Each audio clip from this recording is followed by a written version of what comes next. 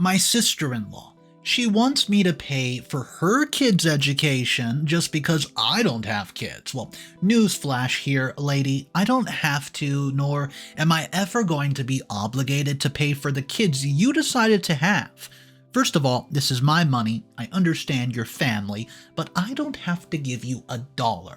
Well, guys, it gets really crazy when I find out she's not happy with that answer, so she decides to do this. Hey there, I'm feeling really lost, and I'm just upset. I've never been this confused and hurt before. I'm not sure if I'm even making the right choices, and I could just really use some help figuring things out. Can anybody lend a hand? Before I delve into the details, let me provide you with some background. Sarah, that's my wife. We met at a work party where a colleague of mine introduced her to me. She was friends with my colleague's wife, and I instantly fell in love when I saw her. She has the prettiest and kindest smile and a warmth, makes everyone feel at ease.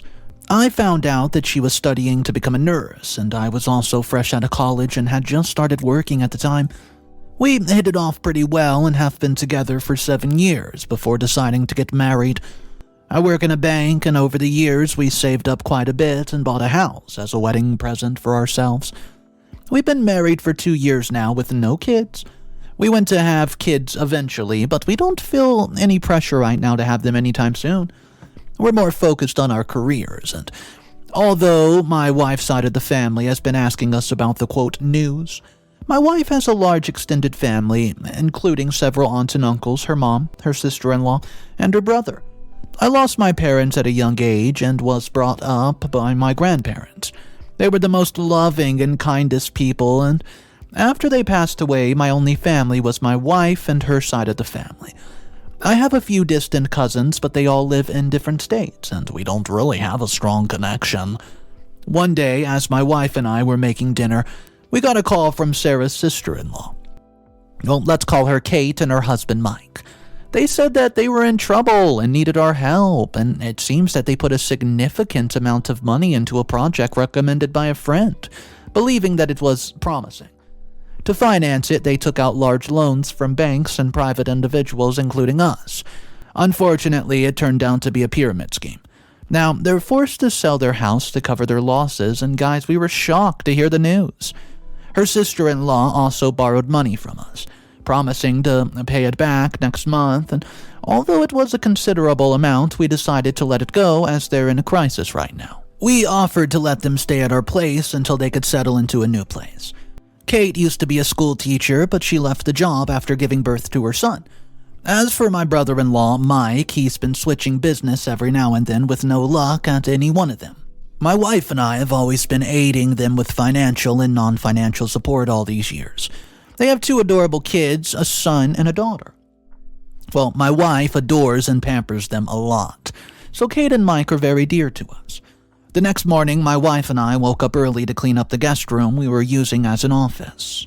After making sure everything was clean and perfect to host our guest, I left for work. Sarah had a night shift, so she stayed behind, and when I arrived home later that evening, our niece and nephew had filled the house with energy. My wife was getting ready for her shift, and after saying hello to Mike and Kate, I went to my room to change. I prepared dinner, and we all enjoyed a meal together before calling it a night. It was challenging for us just to adjust to having people over at our house, as we were used to the quiet life that we were living. Additionally, my wife was working night shifts, and it was a bit hectic for her. However, it was nice to have our nephew and niece around. It was going all right for about a month. But I'd say the problem started emerging slowly. For instance, Kate and Mike, they never helped out with chores. This would not have been a problem if either of us weren't working, but since we both got to work, cooking and tending to 4 additional people was hectic. It also caused some tension between me and my wife, and they didn't even bother to receive packages and mail from the front door. Mike doesn't go to work. He sits around all day, quote, trying to find a solution in front of the TV. The kids are always littering stuff on the floor, and they even stained our new couch and many other things, but Kate never berated them. When my wife tried to tell the kids not to anymore, Kate defended her children, saying they were just being kids. It was hard to get used to the changes. My wife barely talks to me. We don't get chances to have proper conversations anymore. I wanted to bring up the situation to my wife, but it was hard to get alone time together at home. When I came home from work, she goes to work, and when I leave for work, she comes back.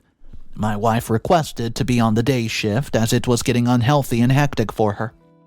Well, the kids made noise during the daytime while my wife was sleeping, and it was becoming inconvenient. We finally had enough, so we asked them to contribute somehow around the house as it was hard to manage both on our own. Mike and Kate did not like what they heard, and Kate said, well, that she had to take care of 2 toddlers and that's why she could not help around the house. But I pointed out that Mike could. All he does is sit around all day, and Kate was offended when I said that. According to her, Mike was the, quote, man of the house and did not need to help out around it. We were frustrated by their response, so I stated that if they weren't willing to help out, they should begin searching for a new place to live, considering they've been staying with us for over 2 months already. And after I made that request, they finally agreed to pitch in. However, I can't shake off the feeling that I'm being overly critical because of my frustration with them. Their efforts around the house are subpar. They only do the bare minimum, like cleaning up after their kids, but not thoroughly. They'll do dishes, but only when prompted, and it feels like we have to constantly remind them to contribute as if they were hired to help. Over the weekend, I had a brilliant idea to surprise my wife with a getaway. I told Mike and Kate about our plans, letting them know that we'd be away until Sunday night. It was supposed to be a sweet surprise for my wife, but things did not go as expected. Kate spilled the beans to my wife and convinced her to bring the kids along. Well, I felt frustrated because I wanted some alone time with my wife, and even though I adore the children, I craved quality time with just the 2 of us. It seemed like they were taking advantage of my wife's love for them, and I made it clear that it was meant to be a surprise. But it didn't work out. The weekend turned out exactly as you'd imagine, and we ended up taking care of the kids. However, my wife and I managed to discuss finding a solution to our problems. We both agreed that it was time for Mike to seek employment. Coincidentally, there were job openings at my bank for security positions, which seemed like a perfect fit for Mike, and the pay was decent, and it could serve as a solid starting point for him. Well, regarding Kate, we suggested she consider returning to teaching, especially since the kids needed to go back to school soon. It sounded like a practical idea to make things easier. I even offered to drive them to and from school on my way to work. Mike was reluctant to take the job, but after some correction from us, he started going to work. Well, Kate, on the other hand, was not thrilled with the idea. She wanted to homeschool the kids instead and had no intention of working again. We were happy with the results, even though Kate refused to work. All my wife and I wanted was for them to get on their own feet, so we could focus on our own lives, and my wife even requested that I let them stay for another 3 months, so they could save up during that time period, and I agreed. Well, every morning, Mike and I would head off to work side by side. And the day was done, we'd return home together to Sarah. On the other hand, preferred to drive herself to work in her own car. While we were out, Kate and the kids would stay back at home, and on weekends we made it, well, a habit to treat ourselves to dinner outings. And each time, Sarah and I took care of the bills, covering not just the meals, but also the groceries and other expenses that just popped up. We believed things were looking up, but we were wrong. Mike lost his job because he wasn't performing well, and to make matters worse, he borrowed money from other employees using my name. When I confronted him about it, he said he needed to repay a loan, and I made it clear to him that I could not tolerate such behavior anymore. I told him that if he ever did something like this again, I would not be able to forgive him, and guys, he apologized. But I could tell he wasn't really serious about it, and he seemed more annoyed than anything else, and after saying sorry, he just went back to watching TV all day, like nothing happened. At this point, I realized that nothing I did was going to help them out, and as long as they had a cushion to fall back on, they would never realize the importance of working hard. Later that day, Kate asked my wife if we could pay for her kids' tuition, as she had decided to go back to work as a teacher. If it were before all of this happened, we would have agreed. However, we barely had any savings left, and since we recently bought a house and spent a lot on furnishings and interior decorating, finances are tight. The grocery bills, electricity bills, the water bills, everything else went up, and the expenses became a lot to handle. Paying for our nieces and nephews' tuition was not within our financial capacity, and Kate did not take the news very well. They think that we're lying about it, and in their eyes, we always have money, which is clearly not the case here. Kate started throwing a fit, saying we're pretentious and don't have any intention of actually helping them out. And Kate said that she knows that we have money, and she said, quote, "Don't pretend like you don't. You're just too selfish to help out your own family." When we tried to explain that we were really struggling financially right now, she replied, "Oh, please, you're just making excuses. You've always been like this, acting like you're better than us." My wife was fuming, and I've never seen her that angry. She's always so soft-spoken and doesn't say much, so when she said that's what she did, I was shocked. I was also proud that she was standing up for herself. The exact word she said was, and I quote, "I'm not responsible to your kids' education, Kate. Whether we have money or not, it's none of your concern. We've always helped your family, and if you think it's not enough, you guys can leave right now." Well, Kate and Mike's response was rather unexpected. They argued that as a family, it's our duty to support each other, especially considering that my wife and I don't have children of our own. They seem to imply that, because we don't have kids, we have more resources and should therefore assist them. We were firm in our decision. We were not allowing them to stay over at our place any longer. My wife told them to leave right away, and Kate became very upset and started yelling, saying she would complain to Mom about how unfairly we treated her. She felt like we had all these nice things, but we weren't willing to share them with her. She called us mean and said we never helped her. She started throwing things and crying loudly, and the kids came out confused, so my wife quickly took them away to shield them from the chaos, but Kate kept screaming, saying we could not take her child like that. And she threatened to leave immediately, and they went to the guest room and slammed the door loudly before leaving that same day. After they left, Sarah could not stop crying. She stayed in bed all day, refusing to eat, and it was heartbreaking to see her so upset because of what happened.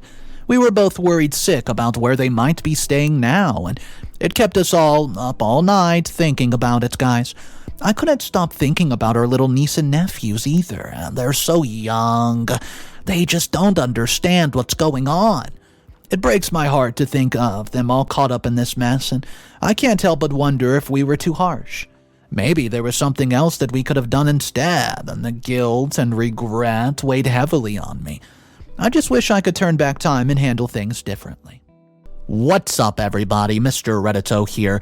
Oh man, today's story is, well, drama-filled. However, there's multiple updates, and we're going to see, multiple months later and find out the entire timeline to this story. Yeah, I know, there's going to be a lot going on. If you guys are new to the channel, make sure you subscribe for daily stories so you don't miss out on some of the most interesting drama stories on the internet. Anyways, let's jump into the first update. Update number 1. Hello, thank you all for listening to our concerns and offering solutions. Reading your comments has been helpful. My wife and I decided to check up on them as we do realize we acted out of anger. Despite our issues, we recognize that we're still a family. When I called Mike to ask where they were staying, he just responded coldly. He mentioned they found people kind enough to offer help. Unlike us, it turns out that we're staying at our in-laws' place. Despite my annoyance at his tone, I chose to overlook it. However, I could not shake off the feelings that despite all our help, this was their response. So I thought we had closed this chapter and returned to our normal routine, but then I noticed that several things that should not have gone missing were indeed missing. Like the vase that was in our guest room. It was an imported vase from the 1800s, a sentimental gift from my grandfather before he passed away. We placed it on our guest room because it matched the decor, and at first we didn't notice its absence, but as we began reorganizing the guest room back to its original state, we realized it was missing.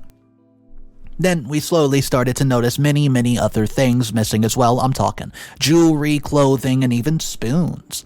I don't know how they managed to take it all when they left, or did they come back another time to take it, as they know our door code. Sarah confronted Kate about it, and she screamed at us for even thinking that they stole from us. I can't think of anyone else who would take that, as a thief would rather steal the TV or other appliances, we have, or even money. It's about the fact that they took the stuff, but they refused to admit it. I underestimated their shamelessness.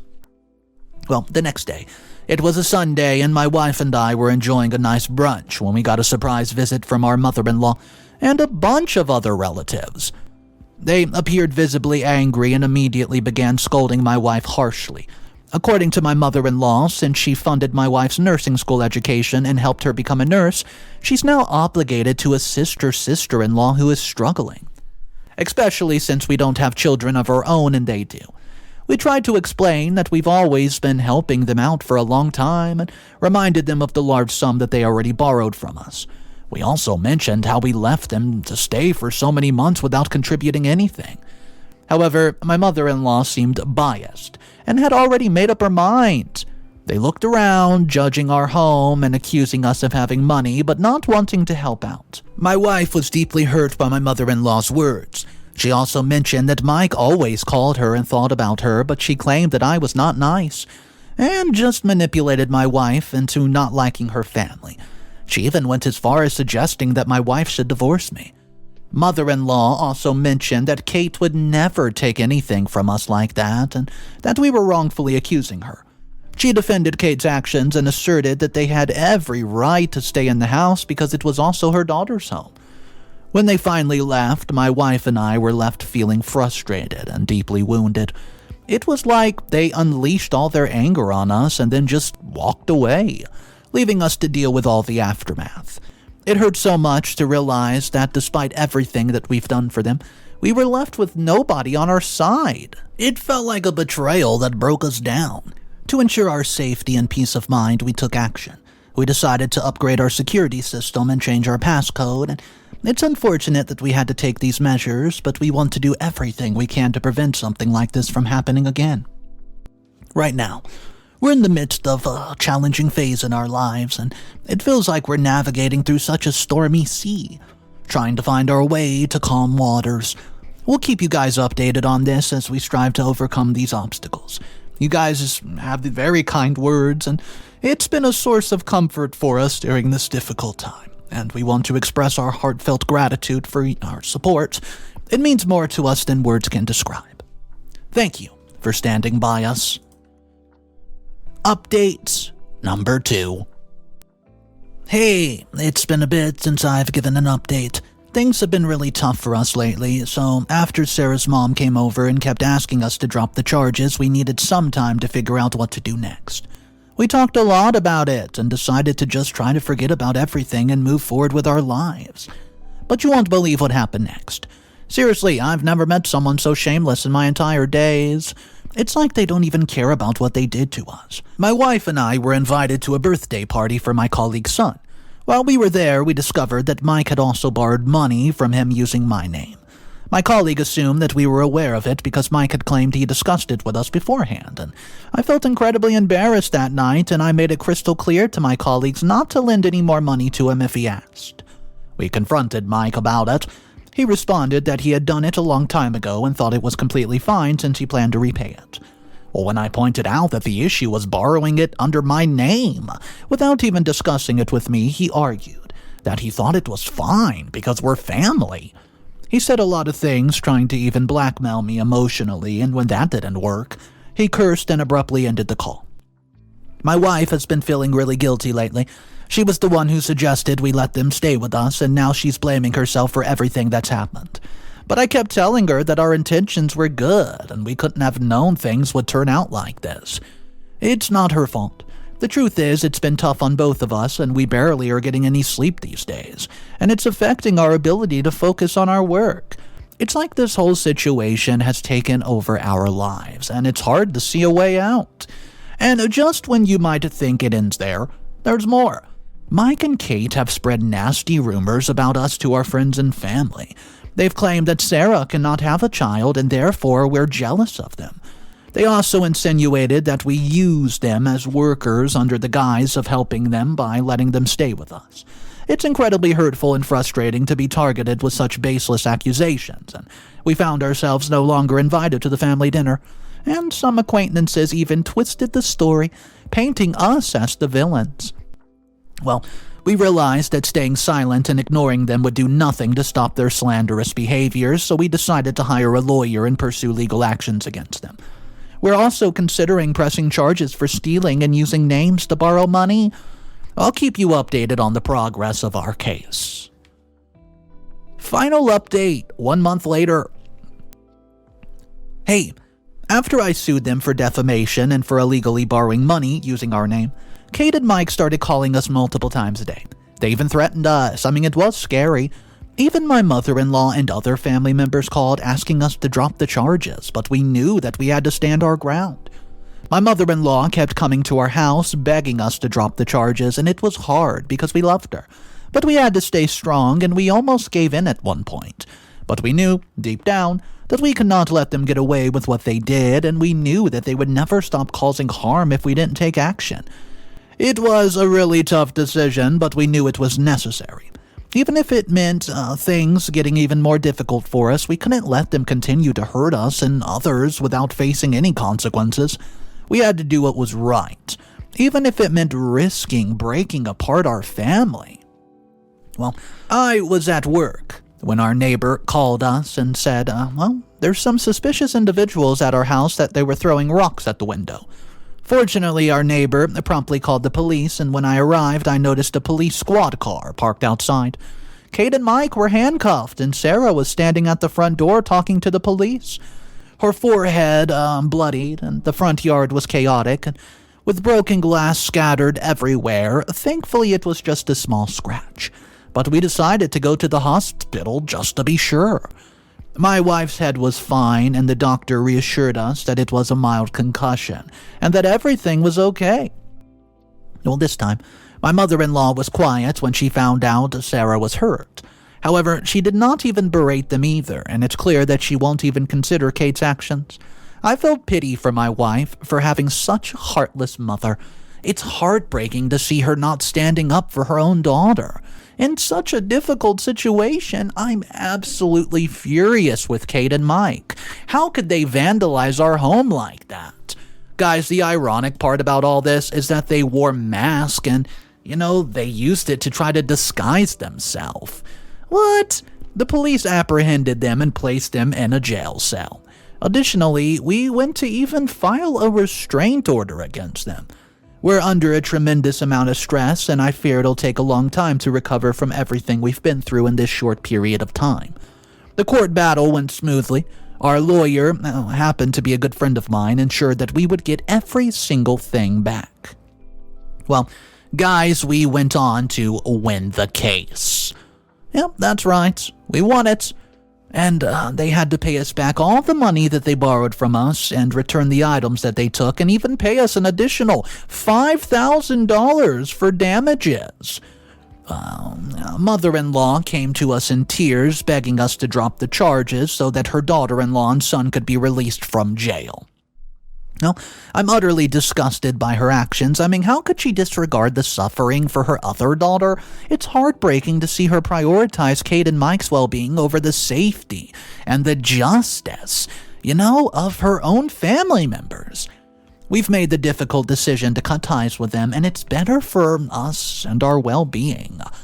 Well, you know what? However, we still feel sad for the innocent kids that are just right there, caught up in the middle. At the moment, our niece and nephew are staying with Kate's mom. It's tough seeing them caught up in all of this because, like I said, they're nothing but innocent children. We feel really bad for them, and just after talking over with them, my wife and I decided to do something to help.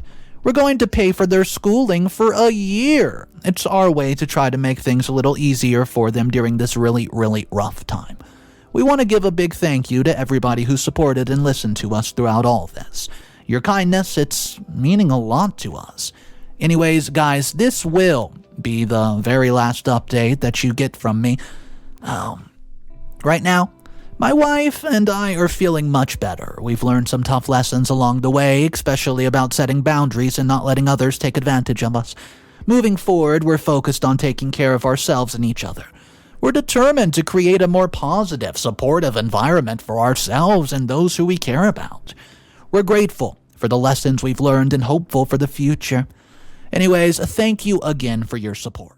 So OP gets enough and decides to kick them out, but then they steal all these valuable things and OP does what OP has to do to get his money back. And, I was surprised when I was reading these comment sections because it just seemed like a lot of people were actually against OP, saying, hey, these people are your family, you shouldn't kick them out, you should actually look after them, and go ahead, do what they want if you have the extra money and help pay for the kids' education. Well, there was also comments that were completely against that idea, saying, are you out of your mind? Just because they're family doesn't mean OP has to basically pay for their entire existence. I do want to know your thoughts where you would land with today's story, so drop it down below in our comment section. I love reading your comments. And guys, if you're new, my name's Mr. Reddito, as it's pretty obvious, right? If you guys want more daily videos, the best bet for you is to just hit that subscribe button. Guys, I'll see you tomorrow. And of course, remember, it's cool to be kind. Peace.